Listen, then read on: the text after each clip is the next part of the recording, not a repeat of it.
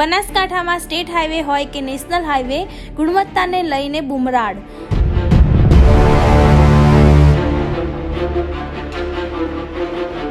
ગ્રામીણ વિસ્તારોમાંથી પસાર થતા અનેક રસ્તાઓ બિસ્માર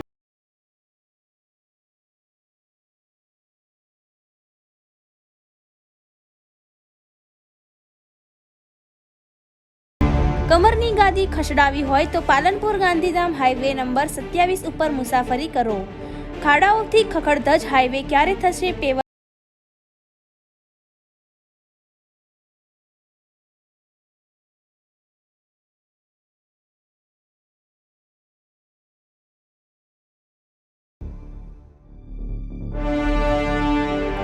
બનાસકાંઠાથી પસાર થતો દિલ્હી કંડલા હાઈવે નંબર 27 ડીસા તાલુકાથી લઈ રાધનપુર સુધી છેલ્લા કેટલાય સમયથી બિસ્માર હાલતમાં ખાડારાજથી ખળબળતો ડિસ્કો હાઈવે બિલડી વિસ્તાર નજીક આવેલો મુડેઠા ટોલનાકા પાસે સળંગ 3 કિલોમીટર સુધી ખાડાઓનું સામ્રાજ્ય।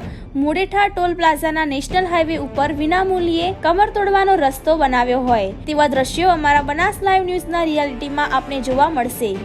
હાઈવે મળતી માહિતી મુજબ અનેકવાર હાઈવે ઓથોરિટીના અધિકારીઓ પણ અહીંથી પસાર થતા હોય છે, પરંતુ શું એમને આવા ખાડા નહીં દેખાતા હોય?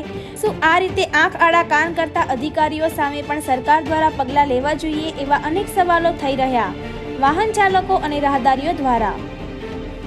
તો જુઓ અમારા બનાસ લાઈવ ન્યૂઝના બનાસકાંઠાના સંવાદદાતા અશોક ડોડિયા ખુદ મરામત કરેલા રોડના દ્રશ્યો બતાવી રહ્યા છે।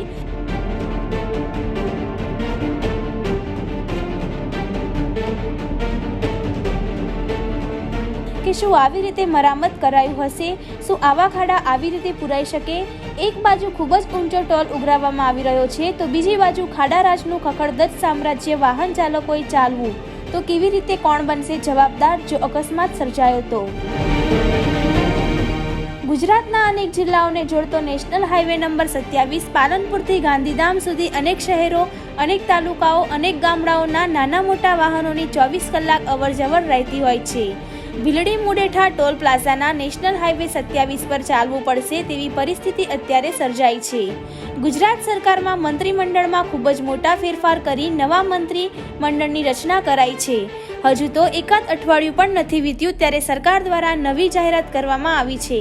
રસ્તાઓને ખાડાથી મુક્ત કરવા માટે વોટ્સએપના માધ્યમથી 7000થી વધારે અરજીઓ આવી ચૂકી છે, ત્યારે સરકારી નવી યોજના માર્ગ મરામત યોજનાના જાણે ભ્રષ્ટ કોન્ટ્રાક્ટરો લીરે લીરા ઉડાવી રહ્યા હોય તેમ ભીલડીથી ખીમણા સુધી થયેલ હાઈવેની મરામતમાં સરકારી નાણાં જાણે રેતમાં રોડ્યા હોય તેમ કોરી કપચી રેતમાં મિક્સ કરી રોડની મરામતમાં વાપરી સરકારના નાણાંનો ખુલ્લો ભ્રષ્ટાચાર કર્યો હોય તેવા દ્રશ્યો આંખે વળગી આવે છે। આજે રિયાલિટી બનાસ લાઈવ ન્યૂઝના કેમેરામાં કેદ થયેલા દ્રશ્યો પરથી લાગી રહ્યું છે સ્થાનિક લોકોમાં ભારે રોષ વધી રહ્યો છે। સાંભળો શું કહી રહ્યા છે સ્થાનિક લોકો કે જ્યાં આ હાઈવે ખાડાઓથી ખળબળતો દેખાય છે। અમારી સાથે જોડાઈ રહ્યા છે સ્થાનિક શિવબા રાઠોડ।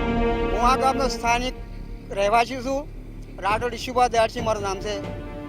આ હાઈવેની એટલી પોઝિશન ખરાબ છે કે લોકોને વાહનવાળાને ચાલુ ચમચમ, બાઇકવાળાને, કોઈ નાના ફોર વ્હીલવાળાને ચાલો એટલી બધી મુશ્કેલ પડે છે।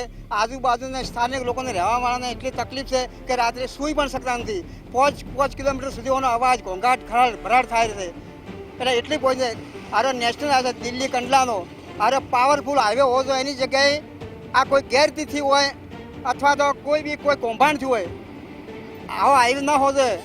આ તો નેશનલ હાઈવે છે અને હું તો એમ કહું છું કે રોડની બંને સાઈડ એક સિંગલ પટ્ટી બંધ બે બાજુ હોય તો નાના વાહન ભાગો ચાલી શકે અને આ રોડ પાવરફુલ બનવો જોઈએ।